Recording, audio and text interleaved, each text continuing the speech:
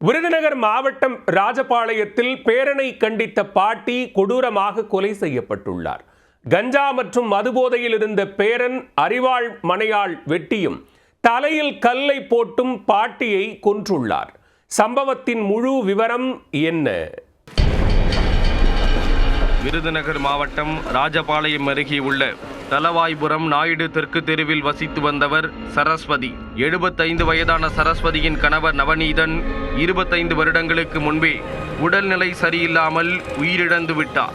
சரஸ்வதியின் 4 பிள்ளைகளுக்கும் திருமணமாகி வெவ்வேறு இடங்களில் வசித்து வரும் நிலையில் மூதாட்டி சரஸ்வதி மட்டும் தனியாக ஒரு வீட்டில் வசித்து வந்துள்ளார்.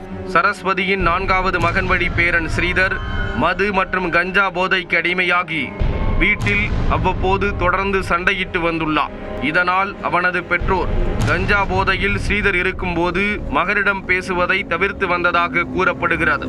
ஆனால் அருகில் தனியாக வசித்து வந்த பாட்டி சரஸ்வதி மட்டும் பேரன் ஸ்ரீதர் போதைக்கு அடிமையானதை அவ்வப்போது கண்டித்து வந்துள்ளார். இந்நிலையில் நேற்று வழக்கம் போல் மது மற்றும் கஞ்சா போதையில் இருந்த ஸ்ரீதர் அவரது பாட்டி சரஸ்வதி வீட்டிற்கு சென்றுள்ளார். ஸ்ரீதர் போதையில் இருப்பதை கண்ட பாட்டி சரஸ்வதி அவரை கண்டித்து கடுமையாக திட்டியுள்ளார். இதனால் ஆத்திரமடைந்த ஸ்ரீதர் போதை தலைக்கேறி தனது பாட்டி என்றும் கூட பாராமல் அவரை அடித்து கீழே தள்ளி உள்ளார். கீழே விழுந்ததில் காயமடைந்த பாட்டி வலி தாங்க முடியாமல் கதறியதாக கூறப்படுகிறது. இதனால் மேலும் ஆத்திரமடைந்த ஸ்ரீதர் அருகில் இருந்த அருவாமனையை எடுத்து பாட்டியின் தலை, நெத்தி என பல இடங்களில் சரமாரியாக வெட்டி உள்ளார். வழியில் கதறிய பாட்டியின் காலை பிடித்து தரதரவென வீட்டின் வெளியே இழுத்து வந்து அருகில் இருந்த கல்லை எடுத்து தலையில் போட்டு கொடூரமாக கொலை செய்திருக்கிறார்.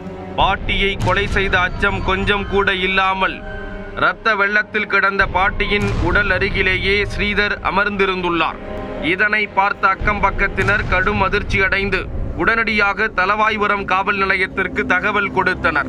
போலீசார் விரைந்து வந்து போதையில் இருந்த ஸ்ரீதரை கைது செய்து சிறையில் அடைத்தனர்.